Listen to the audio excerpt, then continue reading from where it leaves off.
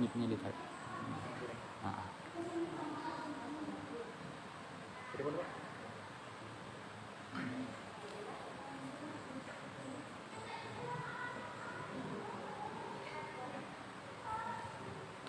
Bismillahirrahmanirrahim. Assalamualaikum warahmatullahi wabarakatuh. Alhamdulillahi hamdan katsiran thayyiban mubarakan fih kama yuhibbu rabbuna wa yarda. Asyhadu an la ilaha illallah wahdahu la syarika lah wa asyhadu anna Muhammadan abduhu wa rasuluh.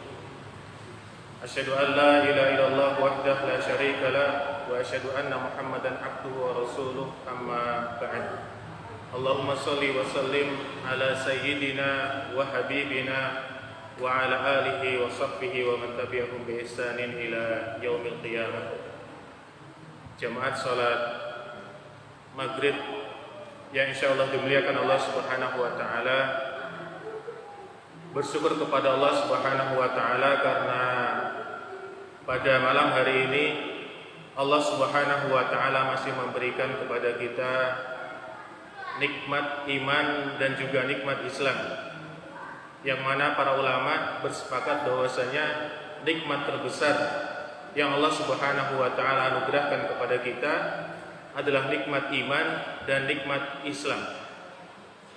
Sehingga dengan kedua nikmat ini layak bagi kita dan wajib bagi kita untuk senantiasa menjaganya, karena masih ada saudara-saudara kita yang belum Allah Subhanahu wa taala berikan hidayah.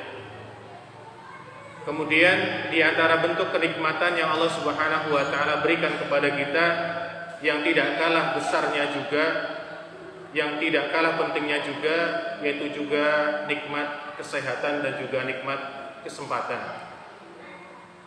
Jamaat yang dirahmati Allah Subhanahu wa taala, hadirin yang insyaallah dimuliakan Allah Subhanahu wa taala, maka dengan kenikmatan-kenikmatan ini layak bagi kita untuk senantiasa mensyukuri Allah Subhanahu wa taala, zat yang berhak untuk mendapatkan hal-hal tersebut, baik dengan tasdiqun, baik dengan pembenaran di dalam hati kita bahwasanya benar-benar Allah lah Subhanahu wa taala zat yang telah memberikan nikmat tersebut.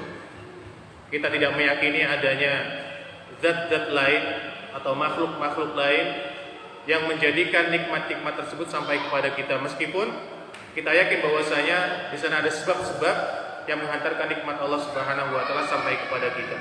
Tetapi zat yang memberikan nikmat yang paling utama dan utama adalah Allah Subhanahu wa taala. Kemudian juga di antara bentuk bukti kita mensyukuri nikmat Allah Subhanahu wa taala, hendaknya kita senantiasa membasahi lisan kita dengan mengucapkan alhamdulillah, atau mungkin bentuk yang lainnya alhamdulillah ya ala kulli halin, atau mungkin bentuk-bentuk yang lainnya yang pada intinya semuanya tertuju kepada rasa syukur seorang hamba kepada Allah Subhanahu wa taala.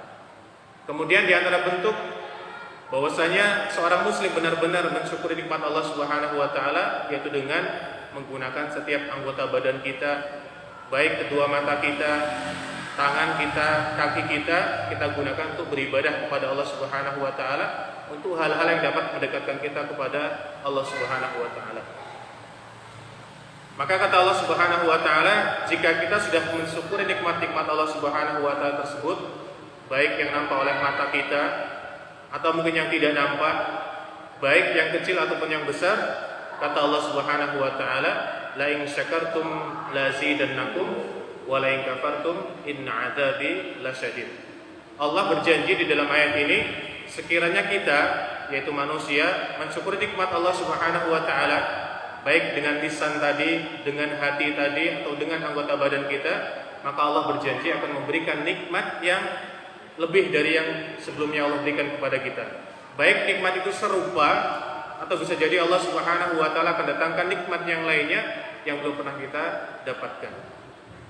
Jamaah yang dirahmati Allah Subhanahu wa taala, salawat serta salam tersanjungkan, tercurahkan kepada suri tauladan kita, kepada baginda kita Rasulullah sallallahu alaihi wasallam, afdhalul bashar. Dikatakan Rasulullah itu adalah afdhalul bashar, manusia yang paling baik. Bahkan afdhalul anbiya wal mursalin, di antara para nabi dan para rasul yang telah Allah Subhanahu wa taala utus, Nabi Muhammad adalah nabi yang paling afdal di antara mereka. Khatamul anbiya wal mursalin. Dan Allah Subhanahu wa taala menjadikan baginda kita Rasulullah Muhammad sallallahu alaihi wasallam itu sebagai penutup para nabi. Maka jika ada orang yang menganggap dirinya sebagai nabi, maka dia telah kharijun minal millah, keluar dari millah Islam. Kita telah saksikan begitu banyak di Indonesia saja pernah rilis nabi-nabi baru, belum lagi di negara-negara lainnya. Nah, ini merupakan kekufuran yang dapat mengeluarkan pelakunya dari agama Islam. Jadi harus istitabah, diminta untuk bertobat kepada Allah Subhanahu wa taala. Jamaah yang dirahmati Allah Subhanahu wa taala, kita mengharapkan semoga Allah Subhanahu wa taala senantiasa mencurahkan rahmatnya, salawatnya dan taslimnya kepada baginda kita Rasulullah dan kepada para keluarganya, kepada para sahabatnya dan kita semuanya yang meniti jalan Rasulullah sallallahu alaihi wasallam hingga datangnya hari kiamat nanti. Dan kita berharap kepada Allah Subhanahu wa taala kita kelak mendapatkan syafaat dari Rasulullah sallallahu alaihi wasallam, karena Allah Subhanahu wa taala telah memberikan kepada baginda kita syafaatul udma. Syafaatul udma. Ketika nanti kita dikumpulkan di padang mahsyar, maka manusia akan mendatangi Adam, mendatangi nabi-nabi sampai kepada Nabi Muhammad sallallahu alaihi wasallam. Ketika manusia butuh kepada pertolongan Allah Subhanahu wa taala, karena disampaikan bahwasanya tudunas syamsu yaumal qiyamati qadral mil. Pada hari kiamat nanti ketika kita dikumpulkan di padang mahsyar, Allah akan dekatkan matahari itu qadra mil. Sejarak 1 mil. 1 mil kemarin kata Pak Bangkit 5, sekian kilometer. Sekarang yang jaraknya matahari dengan bumi saja begitu jauh, kita dapat merasakan bagaimana panasnya. Terlebih ketika nanti Allah Subhanahu wa taala dekatkan pada saat kita berada di padang mahsyar 1 mil. Maka dikatakan oleh Aisyah, nanti pada saat itu ada orang yang tenggelam dengan keringatnya sendiri. Ada yang sampai betisnya, ada yang sampai dengkulnya, ada yang sampai pahanya, ada yang sampai pusarnya, bahkan kata Aisyah ada yang sampai tenggelam. Dan ini ditentukan oleh amal kebaikan kita. Dan pada saat itu setiap manusia pasti akan memerlukan yang namanya syafaat, pertolongan. Dan Rasulullah sallallahu alaihi wasallam Allah berikan wewenang untuk memberikan syafaat kepada umatnya. Maka dari itu kita berharap dari Allah Subhanahu wa taala kelak semoga baginda kita Rasulullah sallallahu alaihi wasallam yang kita jadikan sebagai panutan, yang kita jadikan sebagai anutan dalam hidup kita, dapat memberikan syafaat kepada kita. Dan tidak mudah untuk mendapatkan syafaat dari beliau Rasulullah sallallahu alaihi wasallam. Di antara bentuk supaya kita mendapatkan syafaatnya yaitu dengan cara mengikuti sunnah-sunnahnya Rasulullah sallallahu alaihi wasallam, meniti jalan para salafus saleh, yaitu generasi termulia, yaitu para sahabat, kemudian para tabi'in dan para tabi'ut tabi'in, di mana Rasul katakan khairul quruni qarni, sebaik-baik zaman, sebaik-baik masa, ada fase adalah fase di mana Rasulullah SAW hidup bersama dengan sahabat. Karena apa? Kalau ada sahabat yang tidak mengetahui hukum sesuatu apapun dapat bertanya langsung dengan Rasulullah, maka zaman itu adalah zaman yang paling baik. Karena mengapa? Rasul masih ada. Tauladan yang dilihat oleh para sahabat benar-benar ada, benar-benar nyata. Kemudian generasi kedua, summal ladina yulunahum, yaitu generasi setelah sahabat meninggal dunia. Dan untuk menjadi kategori siapa sahabat itu tidak semua orang bisa mendapatkan gelar sahabat. Jadi sahabat itu ada syarat-syaratnya. Yang pertama, syarat seseorang mendapatkan titel sahabat harus hidup sezaman dengan Nabi. Kemudian harus pernah bertemu dengan Nabi, dan yang selanjutnya harus beriman kepada Nabi, hidup dengan Islam dan mati juga dengan keadaan Islam. Karena di sana ada Abu Jahal, hidup sezaman dengan Nabi, bahkan pamannya Nabi, tetapi tidak beragama Islam dan bahkan mati dalam keadaan kafir, tidak disebut sebagai sahabat. Nah, generasi yang paling mulia itu adalah generasi sahabat, karena mereka beriman kepada Nabi, menyaksikan bagaimana proses turunnya Al-Quran kepada Nabi. Bahkan ada sahabat yang mengatakan, di mana ayat itu turun, saya pasti tahu di mana tempatnya, sebabnya apa. Kalau ada orang yang lebih tahu daripada saya, maka saya akan berjalan ke rumahnya untuk mendapatkan kabar tentang bagaimana proses ayat tersebut diturunkan. Nah, kemudian generasi yang kedua, generasi yang terbaik setelah generasi sahabat adalah generasi tabi'in, yaitu generasi yang hidup sezaman dengan sahabat. Mereka tidak pernah bertemu dengan Rasulullah SAW, tetapi mereka bertemu dengan sahabat. Baik sahabat yang ditemuinya adalah satu sahabat, dua sahabat, atau bahkan banyak sahabat. Bahkan kalau kita lihat, Uwais Al-Qarni itu hidupnya sezaman dengan Nabi. Pernah dikabarkan oleh Nabi SAW bahwasanya ada seorang yang ketika dia berdoa kepada Allah Subhanahu wa taala, maka doanya akan diistijabah. Doanya akan dikabulkan oleh Allah Subhanahu wa taala. Yang dimaksud ini adalah Uwais Al-Qarni, karena beliau adalah seorang yang sangat berbakti kepada ibunya. Ketika Nabi masih hidup, beliau berkeinginan untuk bertemu dengan Nabi. Tetapi karena ibunya sudah tua, kemudian tidak mungkin untuk ditinggalkan, dia berbakti kepada ibunya. Dia hidup sezaman dengan Nabi tetapi tidak bertemu dengan Nabi, maka tidak dikatakan sebagai seorang sahabat. Beliau masuk dalam kategori seorang tabi'in. Kemudian generasi ketiga adalah generasi yang hidup sezaman dengan para tabi'in, yaitu para tabi'ut tabi'in, pengikutnya para tabi'in.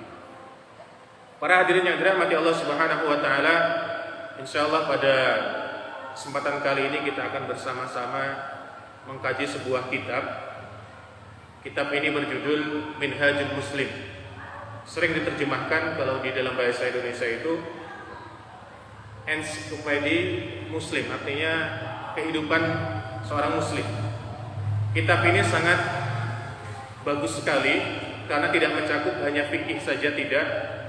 Kitab ini dimulai dengan bab aqidah, yaitu bab tentang kepercayaan kita kepada Allah Subhanahu wa taala, berkaitan dengan tauhid. Ada tauhid rububiyah, tauhid uluhiyah, dan asma wa sifat. Kemudian setelah itu buku ini dilanjutkan dengan pembahasan berkaitan dengan adab. Dan pembahasan yang akan kita bahas pada malam Kamis atau malam Jumat itu adalah pembahasan tentang adab. Kemudian disambung dengan pembahasan tentang ibadah. Banyak buku-buku hanya menulis tentang ibadah saja, tetapi buku ini alhamdulillah mencakup semua aspek kehidupan manusia. Maka jika ada para jamaah yang berkenan kemudian untuk membeli buku ini, terjemahannya banyak sekali. Terjemahannya, kemudian penerjemahnya pun banyak versinya. Maka semakin tebal buku ini terjemahkan, semakin bagus terjemahannya. Kemudian dilanjutkan dengan muamalah. Bagaimana hubungan kita dengan manusia yang lainnya. Kemudian ada yang namanya al-had, hudud, yaitu hukum-hukum. Kemudian ada jihad dan lain sebagainya. Intinya kitab ini mencakup begitu banyak hal-hal yang harus kita ketahui terkait agama Islam itu sendiri. Para jamaah yang dirahmati Allah Subhanahu wa taala, kitab yang bagus ini dikarang oleh seorang syekh. Beliau sudah meninggal dunia belum lama ini, beberapa tahun yang lalu, yaitu Syekh Abu Bakar Jabir Al-Jazairi. Beliau mengarang begitu banyak buku, diantaranya adalah buku Minhajul Muslim. Beliau juga mempunyai karangan buku di bidang tafsir yang beliau beri judul Aisir Tafasir. Beliau adalah seorang mudarris, seorang pengisi tetap di Masjidil Haram lebih dari 30 tahun. Jadi beliau benar-benar mengabdikan hidupnya untuk lillahi ta'ala. Al-Jazairi berarti beliau berasal dari Jazair, dari Marokus. Kemudian tinggal di Madinah dan meninggal juga di Madinah. Rahimahullahu rahmatan wasi'atan.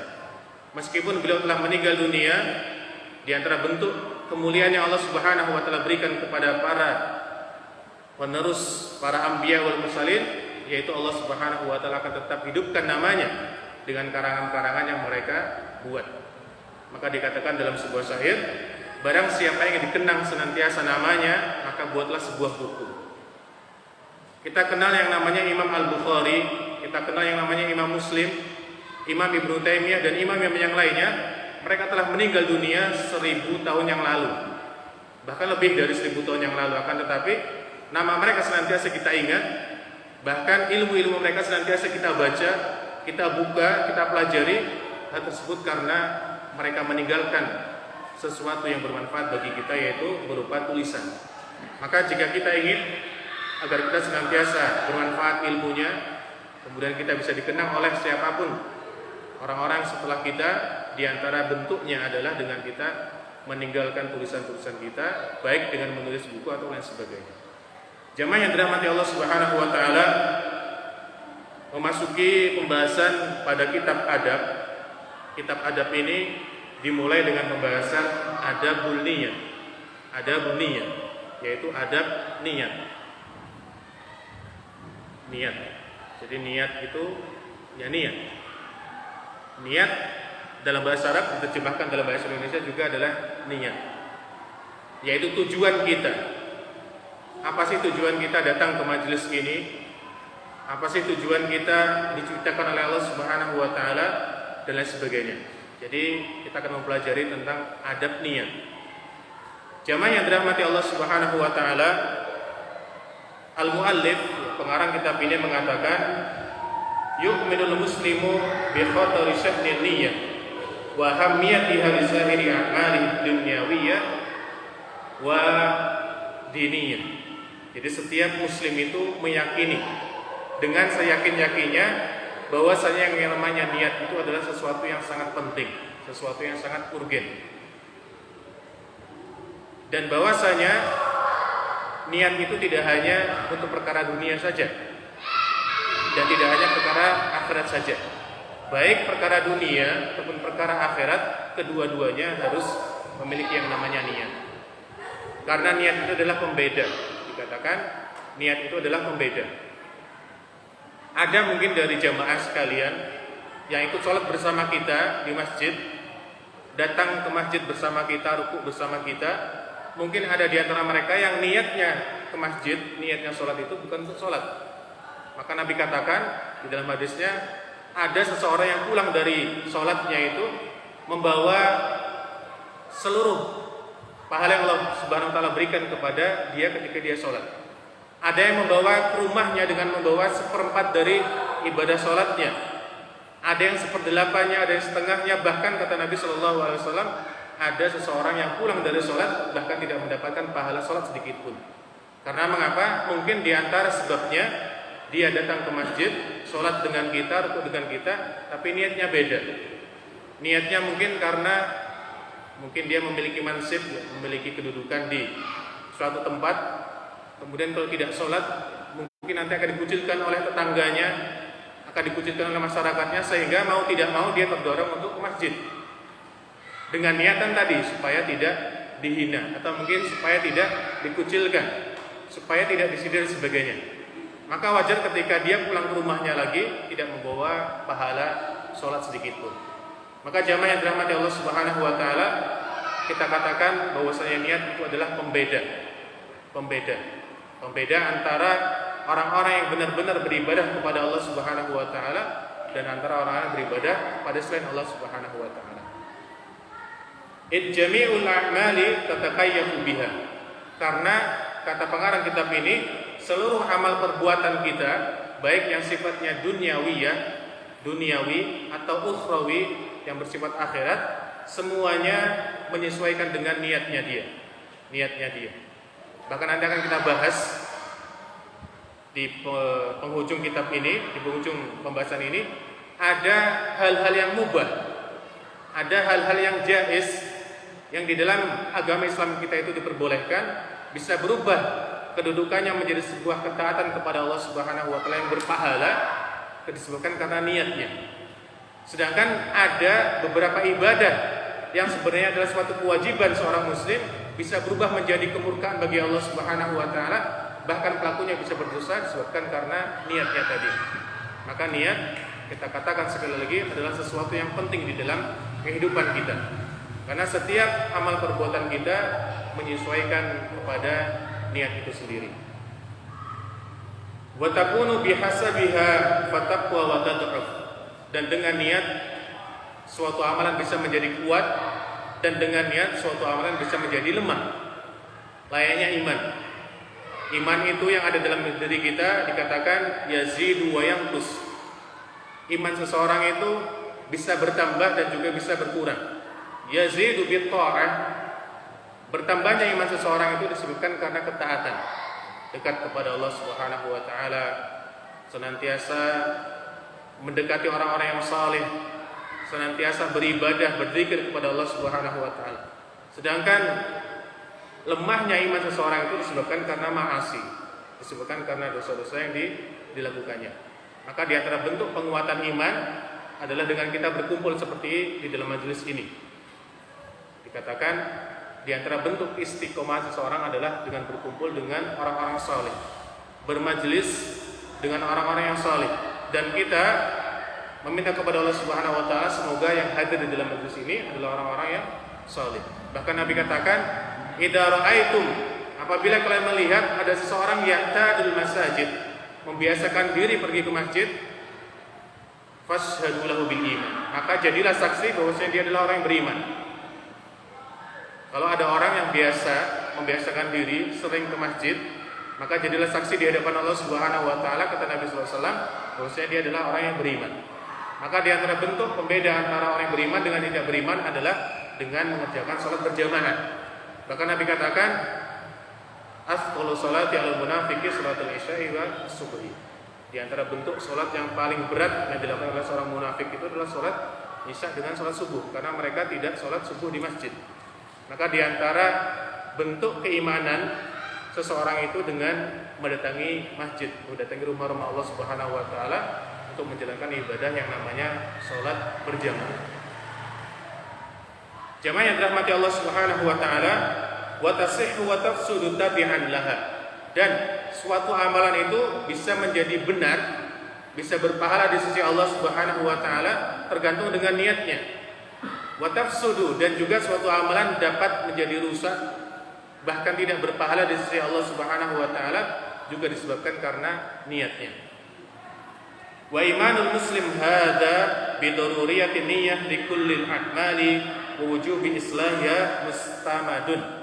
Dan keimanan kita, kepercayaan kita bahwasanya niat tadi menjadi fondasi setiap amal kita, itu memiliki landasan utama dari Al-Quran ataupun dari hadis Nabi Sallallahu Alaihi Wasallam. Dan di antara ayat yang menjelaskan bahwasanya niat itu adalah sesuatu yang penting di dalam kehidupan kita adalah firman Allah Subhanahu Wa Taala di dalam surat Al-Bayyinah ayat yang kelima. Allah Subhanahu Wa Taala berfirman, wa ma umiru illa liya'budullaha mukhlishina lahuddin. Dan tidaklah mereka, yaitu manusia pada umumnya, baik yang muslim ataupun yang kafir, karena orang kafir pun dapat perintah dari Allah Subhanahu wa taala untuk beribadah kepada Allah. Hanya saja mereka kemudian mengkufuri perintah tersebut.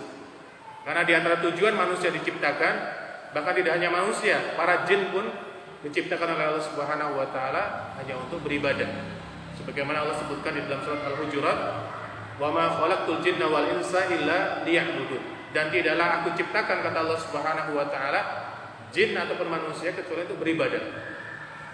Jadi di dalam ayat ini tidak hanya kaum muslimin saja yang diseru oleh Allah Subhanahu wa taala, tetapi yang muslim pun diseru, yang non muslim pun diseru. Untuk apa? Untuk beribadah kepada Allah Subhanahu wa taala dengan cara mengikhlaskan ibadah hanya kepada Allah. Ikhlas itu apa? Ikhlas itu adalah mengesahkan Allah Subhanahu wa taala dalam setiap peribadatan. Menjadikan Allah Subhanahu wa taala satu-satunya tujuan dalam beribadah. Ini namanya ikhlas. Meskipun ikhlas dalam bahasa kita, dalam bahasa Indonesia itu berbeda dengan ikhlas dalam bahasa Arab. Ikhlas di dalam bahasa yang sering kita gunakan adalah ketika seseorang memberikan sesuatu kepada orang lain, kemudian dia berkata, "Ikhlas enggak Mas?" Ini bukan ikhlas.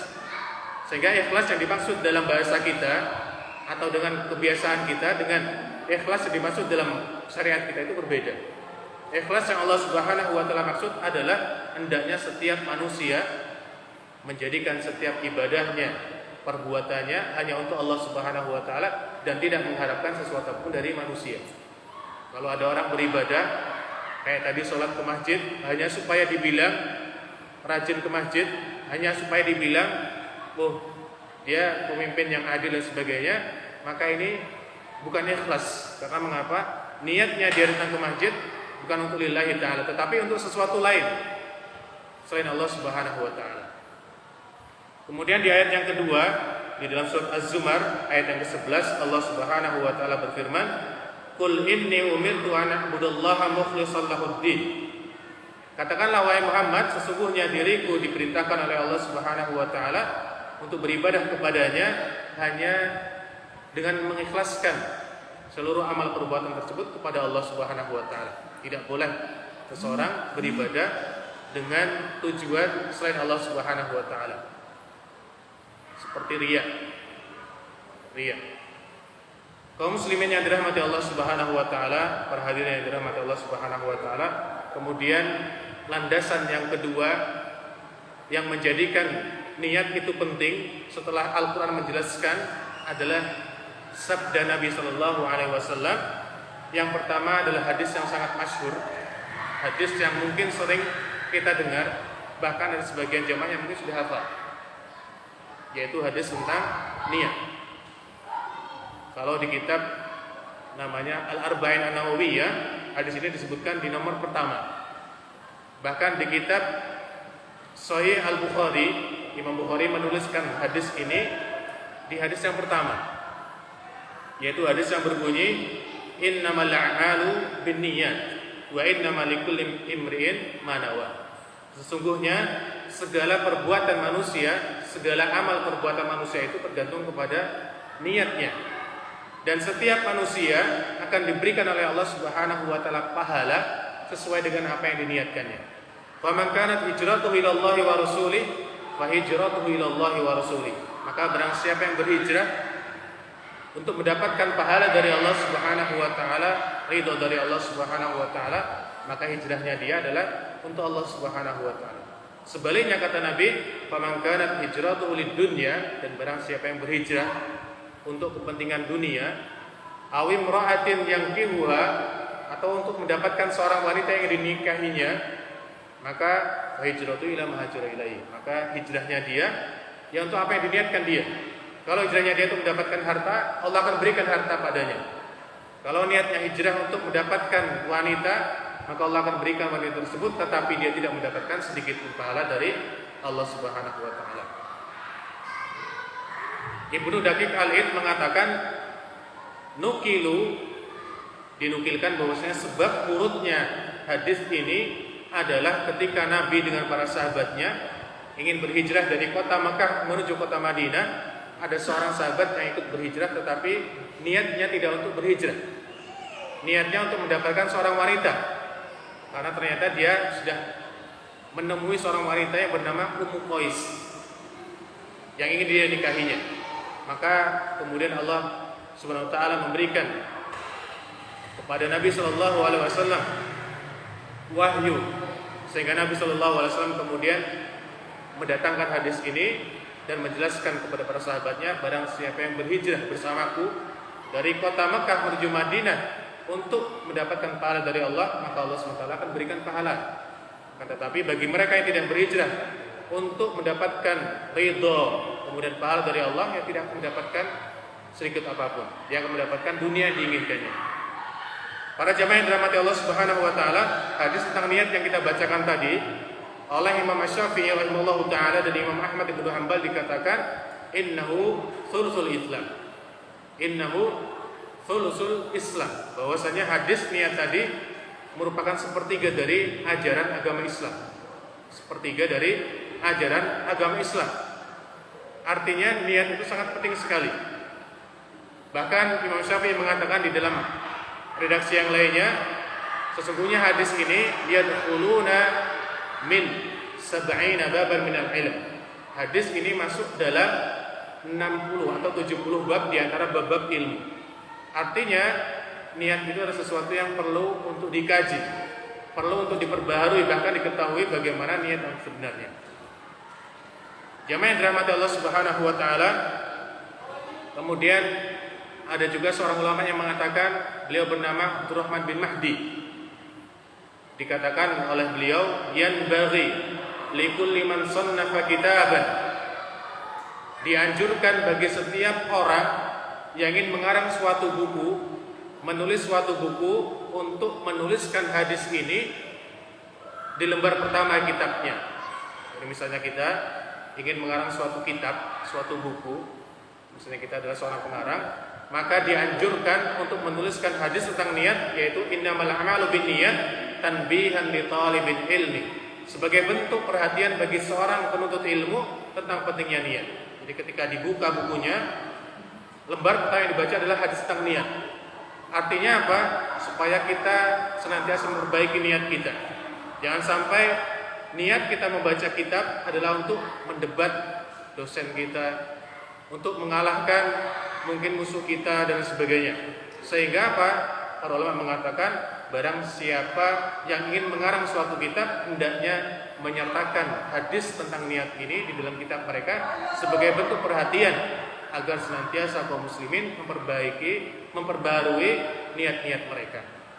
Dan di antara ulama yang memulai menuliskan hadis tentang niat ini adalah Imam Al-Bukhari rahimahullahu taala. Beliau menyertakan hadis ini di dalam kitab beliau. Jamaah yang dirahmati Allah Subhanahu wa taala, jika kita paham bahwasanya niat itu adalah sesuatu yang penting, maka kita akan senantiasa memperbarui niat tadi. Maka dikatakan niat itu diperbaruinya kalau bisa, bahkan tidak hanya kalau bisa, seharusnya senantiasa diperbarui setiap saat. Bukan diperbaruinya setiap seminggu sekali atau mungkin setahun sekali ketika Ramadan, tidak. Bahkan dikatakan fi kulli waqtin, setiap waktu yang namanya niat itu harus diperbaharui. Karena mengapa? Musuh abadi kita itu adalah setan, dan setan itu lebih mahir daripada kita. Kalau kita memperbarui niat kita seminggu sekali atau mungkin setahun sekali, kan banyak kalahnya daripada setan. Jamaah yang dirahmati Allah Subhanahu wa taala, kemudian di antara hadis yang kedua yang menjelaskan tentang pentingnya niat adalah sabda Nabi sallallahu alaihi wasallam, di mana Nabi sallallahu alaihi wasallam berkata, "Man hamma bihasanatin wa lam ya'malha kutibat lahu hasanah." Barang siapa di antara kaum muslimin berkeinginan, hamma itu artinya keinginan, cuman keinginan, cuman rasa mau saja. Barang siapa yang terbetik di dalam hatinya ingin melakukan suatu kebaikan, walam ya'malha, kemudian qadarullah, ternyata Allah tidak izinkan dia melakukan ibadah yang dia niatkan tadi, kutibat lahu hasanah, maka Allah akan tuliskan bagi dia satu kebaikan. Wa in hamma biha wa amilaha, dan kalau dia meniatkan untuk melakukan suatu kebaikan kemudian dikerjakan kebaikan tadi, kataballahu asra hasanat, maka Allah akan tuliskan bagi dia 10 kali kebaikan, yang mana 10 kebaikan tadi akan dilipat gandakan menjadi berpuluh kali lipat ganda. Ini tentang pentingnya niat. Mujarradun niyah, hanya sekedar niat saja, tetapi niatnya harus yang baik. Niatnya yang baik. Dan niatnya tidak hanya sekedar niat saja. Kalau hanya sekedar niat saja, tiap hari niat, nanti malam saya niat tahajud, besoknya lagi niat tahajud, tapi sampai 1 bulan tidak pernah tahajud, ini namanya bukan niat, sehingga tidak mendapatkan pahala. Niat yang mendapatkan pahala, kata para ulama, adalah niat yang disertai oleh tekad yang kuat, yang kemudian disertai oleh melakukan hal tersebut, itu akan diberikan pahala. Misalnya kita niat tahajud nanti malam, kemudian qadarullah subhanahu wa ta'ala, Allah takdirkan kita tidak mengerjakan sholat tahajud, maka Allah SWT akan berikan kepada kita pahala jika memang setiap harinya kita sudah tahajud. Atau mungkin kita jarang tahajud tetapi tahajud tidak pernah kita lupakan, maka ini akan diberikan pahala. Berbeda dengan orang yang hanya sekedar meniatkan saja, tiap hari niat, karena apa? Kan niat saja diberikan pahala. Ini pendapat yang perlu diluruskan. Niat saja jika tidak dibarengi dengan tekad yang kuat, itu tidak mendapatkan pahala dari Allah Subhanahu wa taala. Maka kalau Ustaz Khalid Basalamah itu mengatakan, kalau antum melihat ada jamaah haji lewat, niatkan dalam diri antum untuk pergi ke Masjidil Haram untuk bisa beribadah seperti mereka, baik ibadahnya umrah atau haji. Karena mengapa? Dengan niat yang tulus dari antum, itu insya Allah berikan kepada kita pahala haji dan umrah. Tetapi jangan sampai kemudian hanya niat saja. Kita berusaha ya dengan mengumpulkan mungkin duit, atau mungkin dengan cara kita menabung, dengan cara kita mendaftarkan diri, entah kapan kita berangkatnya. Kalau sudah ada niat, maka Allah SWT akan berikan jalan terbaik bagi kita. Jamaah yang dirahmati Allah Subhanahu wa taala, wa man hamma bi sayyi'atin, dan barang siapa yang meniatkan melakukan suatu kebaikan, suatu keburukan. Niat misalnya, nanti malam saya akan melakukan suatu kejahatan seperti ini, saya mencuri. Walam ya'malha, kemudian tidak melakukan apa yang diniatkan tadi, maka Allah SWT akan tuliskan bagi dia suatu kebaikan. Ini diantara bentuk murahnya Allah. Seseorang berniat melakukan suatu kejahatan, suatu keburukan, tetapi qadarullah dia tidak jadi melakukan suatu keburukan tadi. Apa yang Allah berikan pada dia? Satu kebaikan. Satu kebaikan, bukan satu kejahatan. Karena mengapa? Dia tidak melakukan suatu kejahatan tadi. Di antara bentuk rahmatnya Allah SWT kepada hambanya, Allah berikan dia bonus, yaitu berupa pahala satu kebaikan. Dan apabila seorang hamba meniatkan suatu keburukan, fa'amilaha, kemudian dia kerjakan, kataballahu lahu sayyi'atan wahidatan, maka Allah akan tuliskan bagi dia satu keburukan saja. Kita bandingkan, satu kebaikan yang kita kerjakan tadi, Allah akan berikan 10 kali lipat, bahkan bisa dikali lipatkan menjadi 10 kali lipat. Sedangkan ketika seorang hamba melakukan suatu keburukan kemudian dilakukan, hanya Allah tuliskan satu keburukan saja. Maka Umar bin Khattab mengatakan, wailun, celakalah liman ghalabat asratu wihdatuhu, celakalah bagi seseorang yang mana lebih memenangkan satunya daripada 10-nya. Artinya apa? Kalau ada seseorang yang telah Allah Subhanahu wa taala berikan, bukakan pintu kebaikan, dengan satu kebaikan dikali lipatkan menjadi 10, kemudian menjadi 10 kali lipat, kok kemudian tidak mau melakukan kebaikan dan sering melakukan keburukan, maka kata beliau rahimahullah taala, wailun, celakalah dia. Menjadi manusia yang celaka karena mengapa? Pintu kebaikan saja banyak, mengapa harus kemudian hidup dengan keburukan? Jamaah yang dirahmati Allah Subhanahu wa taala, insyaallah akan kita lanjutkan pada pertemuan yang akan datang terkait tentang adabul niyat yang kita ambil dari kitab Minhajul Muslim. Kurang lebihnya ana mohon maaf. Marilah kita sempurnakan majelis kita ini dengan bersama-sama membaca doa kafaratul majlis. Subhanakallahumma wa bihamdika asyhadu an la ilaha illa anta astaghfiruka wa atubu ilaik. Wa akhiru da'wana alhamdulillahi rabbil alamin. Assalamualaikum warahmatullahi wabarakatuh.